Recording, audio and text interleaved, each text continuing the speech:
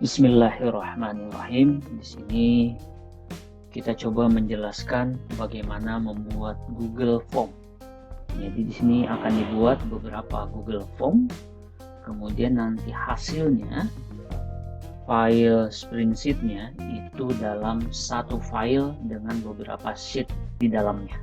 Sebenarnya ini kemarin sudah kita buat beberapa Google Form yang ada di sini dari 6 April kemarin 2020. Itu kita sudah membuat beberapa file Google Form yang tutorialnya akan dibahas pada video kali ini. Mudah-mudahan video ini bisa bermanfaat dan bisa membantu untuk kita semua. Yuk kita ikuti pembahasannya. Nah, yang pertama perlu kita lakukan di sini tentu adalah kita login dulu ke dalam email kita. Nah, di sini saya sudah login ya, Kemudian selanjutnya kita buka Drive ya, Google Drive. Nah, setelah proses loading selesai, kita klik drive saya, My Drive di sini. Nah, di sini ada beberapa pilihan. Kita pilih lainnya. Kemudian dari lainnya di sini kita pilih yang ini ya, Google Formulir atau Google Form. Kemudian kita pilih formulir kosong. Oke, seperti itu. Nah, kemudian di sini dia akan berpindah tab pada halaman baru di sini. Nah, di sini ada judul. Kemudian ini bagian judul, ini deskripsi tentang Google Form yang kita buat. Kemudian ini adalah nama file. Nah, nama file ini nanti yang tersimpan yang muncul di Google Drive. Yang pertama yang kita tentukan adalah membuat judul. Nah, di dalam membuat judul, saran saya adalah jangan buat di sini ya. Lebih baik buat di nama filenya kita buat. Misalkan di sini kita tulis LKS 4, kita beri judul sedemikian rupa, LKS 4 tema 3H, misalkan seperti itu ya. Nah, kemudian kan rencananya kita tadi setiap file itu, dari file Google Form ini nanti kita buat duplikatnya untuk kelas-kelas yang lain yang selevel. Nah, maka di sini perlu kita tambahkan nama kelas, misalkan Mus'ab ya. Nah, setelah selesai kita klik di sini. Nah, perhatikan ya. Jadi kalau nama file kita rubah, maka otomatis judulnya mengikuti. Tapi kalau judul di sini yang kita rubah, filenya nggak ikut berubah. Nah, itu perbedaannya. Makanya untuk memudahkan membuat beberapa soal duplikasi yang selevel ini, kita buat seperti itu. Nah, kemudian di sini deskripsi, misalkan LKS ini untuk mata pelajaran kelas 3 SDIT Nur Fathahilah, kira-kira demikian. Nah, untuk tampilan judul insya Allah ini sudah selesai ya. Nah, kemudian di dalam membuat soal ini ada dua bagian ya. Bagian pertama adalah identitas diri, bagian yang kedua adalah soal-soalnya. Nah, yang pertama kita buat di sini ya. Nah, kita mulai nih. Jika sudah seperti ini, kita klik di sini nama siswa. Oke. Nah, nama siswa, perhatikan nama siswa, kemudian di sini jawaban singkat ya. Nah, ini perlu kita pilih jawaban singkat saja ya. Nah, begitu. Dia otomatis berubah tadi sebenarnya. Kemudian di sini ada yang perlu kita centang lagi. Nah, ini berfungsi bahwa pertanyaan ini harus dijawab. Untuk membuat pertanyaan yang kedua ada dua pilihan. Kita mengklik yang ini plus ini tambah pertanyaan, atau mengklik yang ini. Bedanya kalau ini kita perlu setting lagi, tapi kalau ini yang kita klik kita tidak perlu setting lagi. Kenapa? Nah, kita klik seperti ini, jadi dia otomatis ya, beberapa perubahan yang tadi kita lakukan di sini dia otomatis mengikuti di sini. Begitu ya kira-kira ya. Oke, kita lanjut. Kemudian di sini kita ketik nomor absen. Nah, kita klik di situ nomor absen. Nah, dia di sini otomatis nih. Kalau kita mengklik nomor absen, dia pasti jawaban singkat. Kemudian di sini muncul angka adalah angka. Maka ditulis di sini. Ini keterangan saja sebenarnya ketika orang salah menginput gitu ya. Misalkan harus diisi dengan angka. Begitu. Nah, identitas diri saya rasa cukup ya. Jadi nama sama nomor absen saja cukup. Karena nanti kelasnya karena ini khusus untuk satu kelas ya. Kelas yang lain kita akan duplikasi dari yang. Nah, bagian pertama ini sudah selesai nih. Identitas diri siswa sudah cukup seperti ini saja. Nah, yang berikutnya kita lanjut dengan mengklik yang ini. Berfungsi untuk menambah bagian. Nah, bagian yang tadi udah selesai tuh. Gitu ya. Nah, jika kita ingin tahu nih tampilannya seperti apa, kita bisa klik yang ini, pratinjau, yang gambar mata ini kayaknya ya. Kita klik pratinjau. Begitu. Ini tampilannya. Nah, nanti ketika sudah diisi baru tinggal klik berikutnya kan. Oke, kita kembali lagi, kita live aja. Kita kembali ke halaman pembuatan soal ini. Nah, di sini bagian judul ini tidak usah diisi ya, tidak usah diisi, kosongkan saja. Langsung kita buat ini, tambah pertanyaan. Nah, perhatikan di sini, ternyata di sini belum ada kunci jawaban, ya kan? Di sini belum muncul kunci jawaban, maka kita pergi ke sini, setelan, setting. Ya, kita pergi ke sini, kemudian ini sekalian kita atur juga boleh di sini. Kita pilih quiz. Nah, ini kita klik di sini ya. Nah, karena kita berada di tab ini, kita pilih aja ya, segera setelah pengiriman pertanyaan tak terjawab ini kita hilangkan, kemudian jawaban yang benar juga kita hilangkan ya. Kemudian di sini umum kita pilih batasi ke 1 tanggapan. Nah, itu saja yang bisa dilihat oleh peserta. Presensi ini jika kita mengharapkan ingin mengacak pertanyaannya bisa kita atur di sini. Oke. Kemudian kita klik simpan. Nah, kita klik simpan maka muncul ini, ada kunci jawaban yang tadinya nggak ada kan.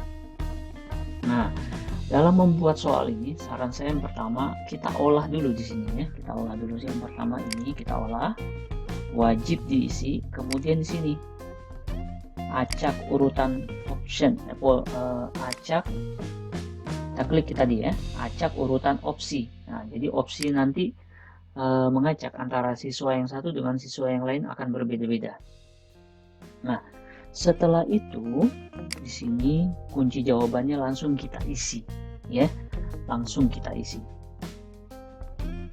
supaya mudah nanti ya, supaya mudah.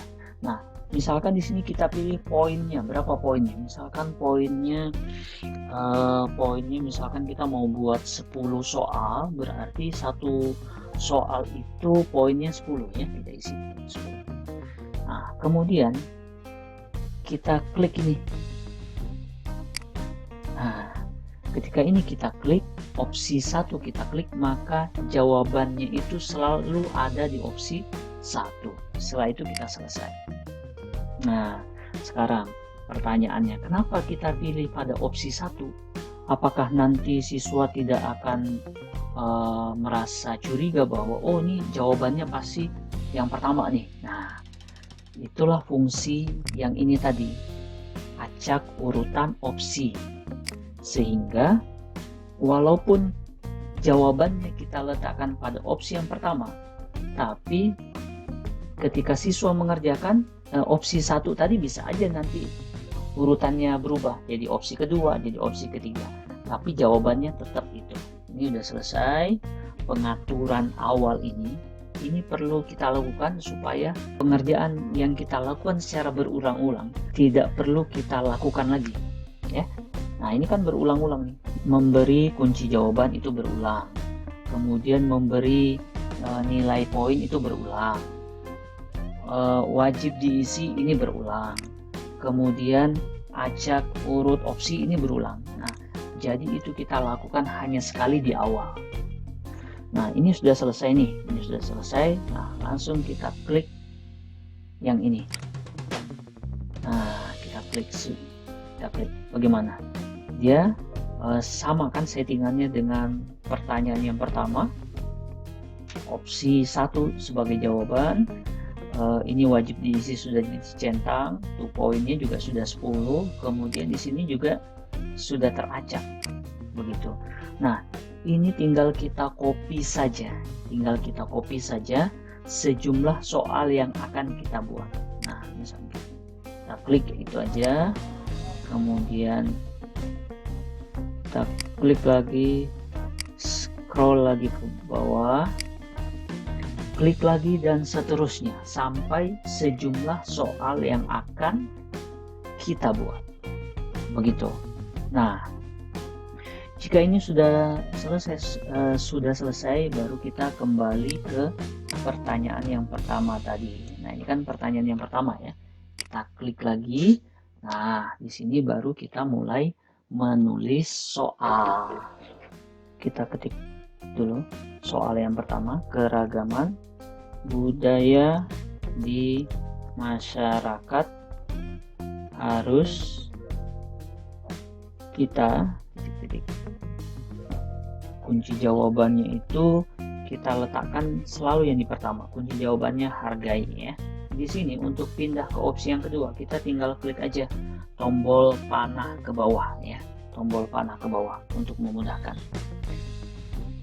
Permasalahan, nah ini pengecohnya, panah ke bawah lagi, hilangkan, selesai. Nah, kita coba yang berikutnya nih ya, rambu pada gambar di samping berarti 1, 2, 3, 4. Nah ya, kita tulis dulu optionnya ya. Jawabannya adalah dilarang mendahului. Nah, kita tulis dulu jawabannya yang pertama ya. Kemudian dilarang masuk, dilarang belok. Nah, kita tinggal masukkan, cari.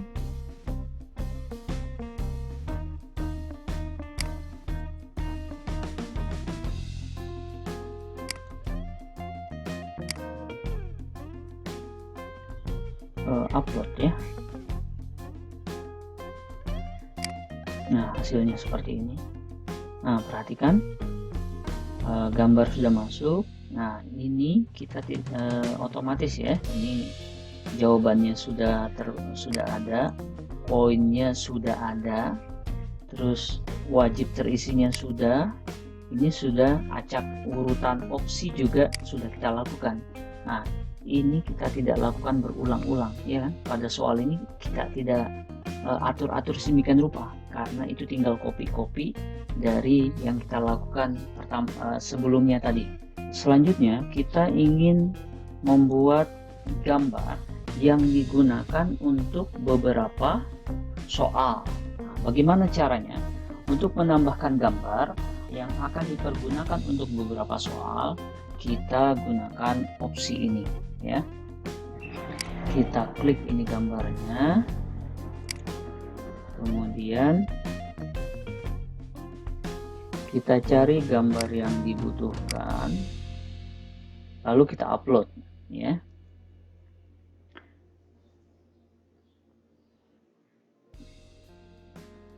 Nah, ini gambarnya sudah masuk ya. Nah, sudah masuk. Ini soal nomor pertama tadi yang kita buat, nomor 2. Kemudian di nomor 3 ini kita menyisipkan gambar di sini.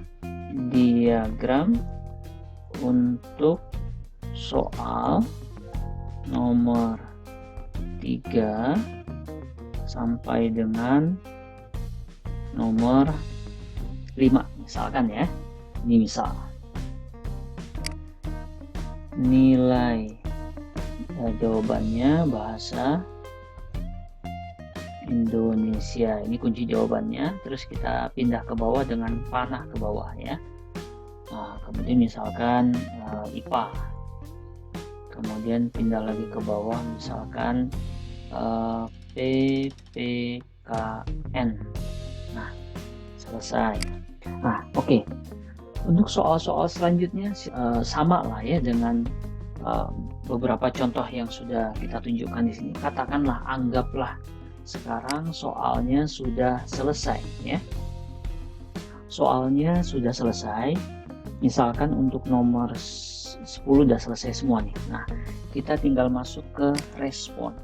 Nah, respon di sini kita akan membuat spreadsheet-nya.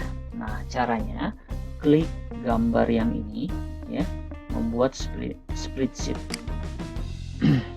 Nah, pertama kita pilih tombol yang pertama ya, yang pertama ini kita klik ya, buat spreadsheet baru.